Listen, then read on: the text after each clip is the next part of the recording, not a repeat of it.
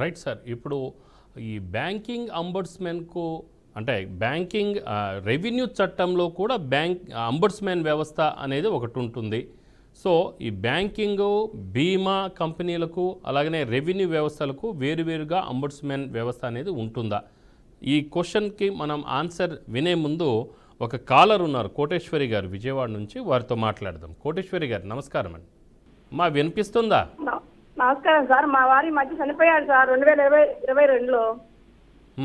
Road accident అయింది sir. ఈ మధ్య 2022లో చనిపోయాడు సార్. నేను బ్యాంకులో ఆయనకి ఖాతా ఉంది, అంటే బ్యాంకులో ఖాతా ఉంది అండి, ఇన్సూరెన్స్ వచ్చిద్ది అని చెప్పేసి వెళ్ళాను నేను. వెళ్తే కాగితాలన్నీ ఇవ్వండి అని, ఆంధ్ర బ్యాంక్ సార్ అది, కాగితాలన్నీ ఇవ్వమన్నారు, అన్ని సర్ది చేశాను. చనిపోయిన అయితేమి యాక్సిడెంట్ కాగితం మొత్తం ఏదైతే మొత్తం పద్ధతి మొత్తం ఇచ్చేసాం. తర్వాత మళ్ళీ వస్తుందమ్మా ఇన్సూరెన్స్ వచ్చింది అన్నారు. మాకు ఏ సంగతి మళ్ళీ చెప్పలేదు సార్. చెప్తామన్నా మాకు ఏ సంగతి చెప్పలేదు. ఎట్లాగా ఎవరిని సంప్రదించాలి అర్థం కాలేదు. రైట్. అంటే బ్యాంకు ఖాతాదారుడమ్మా, బ్యాంకులో ఖాతా తెరిచినప్పుడు ఉన్న ఇన్సూరెన్సా, లేకుంటే మీరు ఇంకేదైనా బీమా కంపెనీల్లో ఏమైనా లైఫ్ ఇన్సూరెన్స్ తీసుకున్నదా? ఇది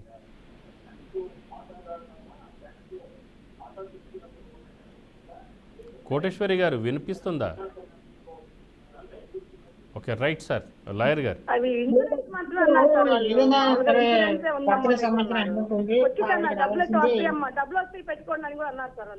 ఓకే ఓకే లాయర్ గారు, బ్యాంకుకు సంబంధించిందే, బ్యాంకు ఖాతా తెరిచినప్పుడు అభయ గోల్డ్ అని కొన్ని ఉంటాయి కదా ఇన్సూరెన్స్, అలాంటి ఇన్సూరెన్స్ ఏదో ఉంటుంది, టర్మ్ పాలసీ కానీ ఇంకేదైనా ఉండొచ్చు. సో దానికి సంబంధించిన అమౌంట్ వస్తుందని కూడా బ్యాంకు వాళ్ళు కూడా చెప్పారు. కావాల్సిన అన్నీ కూడా సమర్పించారు దస్తాలు. కానీ ఇప్పటివరకు మరి ఏం స్పందన లేదు, డబ్బులు అయితే రాలేదని చెప్పేసి అంటున్నారు. ఎవరికి ఫిర్యాదు చేయాలంటున్నారా? నామినీ ఫెసిలిటీ ఒకవేళ మీ భర్త అవైల్ చేసుకొని నామినీగా మీ పేరు రాసి ఉంటే మీకు ఖచ్చితంగా వాళ్ళు ఇచ్చి తీరాలి. ఒకవేళ మీ అకౌంట్ ఓపెన్ చేసి మీ అకౌంట్లో అది జమ చేయాలి అమౌంట్. ఒకవేళ అలా చేయకపోతే అంబుడ్స్మెన్స్కి కంప్లైంట్ ఇవ్వండి. ఒకవేళ నామినీ ఫెసిలిటీ అవైల్ చేసుకోలేదు అనుకోండి, అప్పుడు మాత్రం మీరు అడ్మినిస్ట్రేటివ్ జనరల్ కోర్ట్ అని చెప్పి ప్రతి హైకోర్టులో ఉంటుంది. మీ రాష్ట్రానికి సంబంధించినది ఏపీ హైకోర్టులో, ఇక్కడ మన తెలంగాణ హైకోర్టులో ఉంటుంది. హైకోర్టులో మీ వారి పేరుతో ఉన్న అమౌంట్కి సంబంధించింది చూపిస్తూ మీరు దరఖాస్తు పెట్టుకుని, ఒక ప్రొసీజర్ ఉంటుంది. ఆ దరఖాస్తు పెట్టుకునే ప్రొసీజర్, ఇద్దరు గవర్నమెంట్ ఎంప్లాయీస్ కూడా మీ దరఖాస్తుతో పాటు అఫిడవిట్లు ఇవ్వాలి. మీకు మీ దగ్గర ఉన్న కాగితాలు కూడా ఎంక్లోజ్ చేయాలి. ఎంక్లోజ్ చేస్తే వాళ్ళు ఎంక్వైరీ చేసి బ్యాంకు వాళ్ళకి నోటీస్ ఇచ్చి ఆ తర్వాత ఆర్డర్ పాస్ చేస్తారు. ఆర్డర్ పాస్ చేసిన తర్వాత మీరు ఇంత కోర్టు ఫీజు కట్టాలి, ఆ అమౌంట్లో 6% 5% ఆ అమౌంట్ బట్టి ఉంటుంది. అది కడితే ఆ సర్టిఫికేట్ ఇస్తారో, ఆ సర్టిఫికేట్ ప్రకారం బ్యాంకు నుంచి మీకు రావాల్సిన అమౌంట్ మొత్తం మీ అకౌంట్కి జమ చేస్తారు. రైట్ అమ్మ. అంటే మీ వారు ఉద్యోగియా లేకుంటే ఏం పని చేస్తారమ్మ? కోటేశ్వరి గారు ఉన్నారా లైన్లో?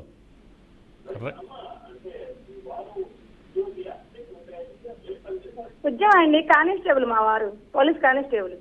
ఓకే. సో పిల్లలు లైన్లో ఉన్నా సార్. కానిస్టేబుల్ అండి, పోలీస్ కానిస్టేబుల్.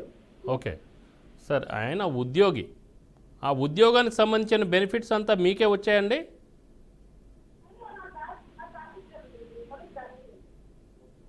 అమ్మా, భద్రతకు సంబంధించింది కానీ ఏదైనా అంటే డిపార్ట్మెంట్ నుంచి రావాల్సిన బెనిఫిట్స్ అంతా మీకే వచ్చాయా?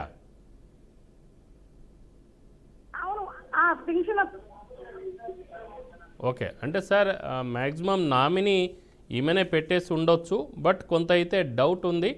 ఆ సార్ చెప్పిన దాని ప్రకారం అయితే అమ్మ, మీరు ఆ బ్యాంకులో నామినీగా మీ పేరుందా లేదా అనేది ఒకసారి కనుక్కున్న తర్వాత మీరు మీ వారికి సంబంధించిన బ్యాంక్ డీటెయిల్స్కు దానికి సంబంధించి అయితే మీరు సమీపంలో ఒక లాయర్ని కలిసి ఇదంతా సమస్య మీరు ఎక్స్ప్లెయిన్ చేస్తే మీకు ఏం ప్రొసీజర్ ఫాలో కావాలనేది ఆయన చెప్పే అవకాశం ఉంటుంది.